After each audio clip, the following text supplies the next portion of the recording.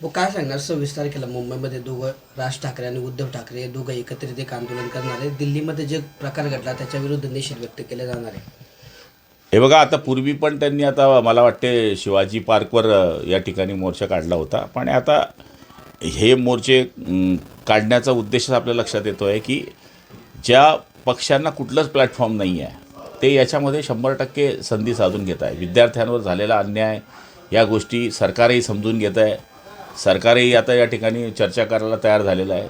पण आता त्या प्रकरणाला विद्यार्थ्यांना न्याय मिळेल याच्याकरता न बोलता फक्त आंदोलनं काढून आम्ही आमचं अस्तित्व कसं आहे हे दाखवण्याचा काही लोक प्रयत्न करत आहेत. आज ठाकरेकडून भाऊ दादरमध्ये निघा विद्यार्थ्यांसाठी राष्ट्रगीताचं गायन देखील केलं जाणार आहे. त्या ठिकाणी तिरंगा देखील फडकवला जाणार आहे. चांगली गोष्ट आहे. आपण ह्याच देशाचे नागरिक आहोत. तिरंगा आपलाच आहे आणि राष्ट्रगीत पण आपलं आहे. ते सगळ्यांनी म्हटलंच पाहिजे.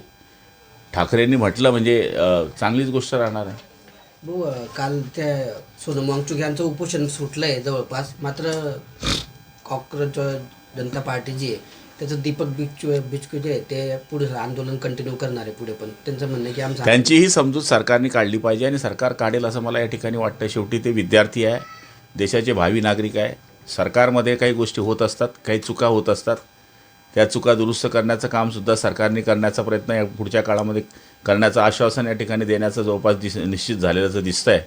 त्यामुळे आपल्या देशाचे होणारे भावी नागरिक यांच्या पाठीवरून हात फिरवून म्हणा किंवा त्यांना बोलवून म्हणा या ठिकाणी पुढच्या काळामध्ये निर्णय होतील असं मला या ठिकाणी वाटतं. शरद पवार आणि मोदी यांची भेट झालेली आहे.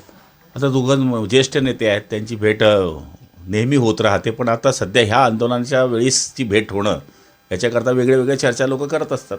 पण सुनेत्रा पवार आणि पार्थ पवार यांचं जे राष्ट्रवादीचे दोघं विलिनीकरण आहे त्याला मात्र विरोध आहे.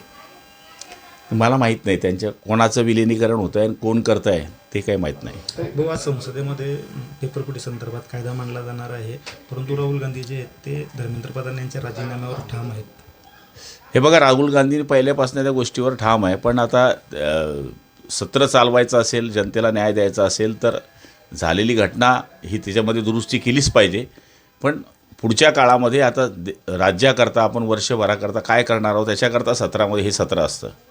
तर सत्र पण चालवलं पाहिजे अशी आमची अपेक्षा आहे. भाऊ मुंबईमध्ये पोलिसांनी काही मुलांना अटक केलेली होती आणि ते एक पोलीस त्यांना थेट धमकी देत होता की तुमच्या खिशात मी ड्रग्ज टाकेल आणि तुम्हाला आयुष्यभर जेलमध्ये सोडतो. असं होत असेल तर चुकीचं आहे. आणि काल मुख्यमंत्र्यांनी सांगितलं असं जर झालं असेल तर आपण चौकशी करू आणि चौकशी केली पाहिजे. काही ठिकाणी महिलांशी पण विनयभंगासारखा प्रकार त्या ठिकाणी असं होऊ नये. शेवटी आंदोलन करणारे आहेत, त्यांना समजून घेतलं पाहिजे. कारण की शिवसेना, भाजप असेल, कोणताही पक्ष असेल आंदोलनातून पुढे आलेला आहे. त्यामुळे आपलंही एक काळामध्ये आपण आंदोलन करत होतो याचा विसर कोणाला पडू नये अशी प्रत्येकाला अपेक्षा असते.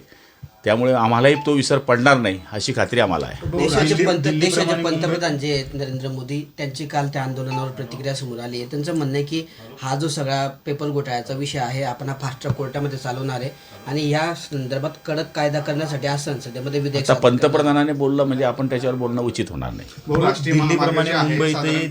दिल्लीप्रमाणे मुंबईतही जे आंदोलन आहे विद्यार्थ्यांचं ते चिरडण्याचा प्रयत्न झाला. कुठेतरी सरकार म्हणून विद्यार्थ्यांशी संवाद साधण्यात कमी आता संवाद साधायला सुरुवात झालेली आहे. काल आता वामचुंशी त्यांच्याशी 2 मंत्र्यांचा संवाद झाला, यांच्याशी संवाद होईल आणि संवादानेच ह्या गोष्टी सुटू शकतील. त्यामुळे सरकारने 2 पावलं पुढे चालले पाहिजे आणि आंदोलकांनाही पुढे चाललं पाहिजे. कारण की शेवटी आपल्याला विद्यार्थ्यांच्या जीवनाला न्याय द्यायचा आहे. भाऊ साधारण बघायला गेलं राष्ट्रीय महामार्ग काही महिन्यापूर्वीच मांडला होता. मात्र त्या ठिकाणी अपघात होता आणि अगदी नवविवाहिताचा देखील मृत्यू झालेला आहे. कुठे?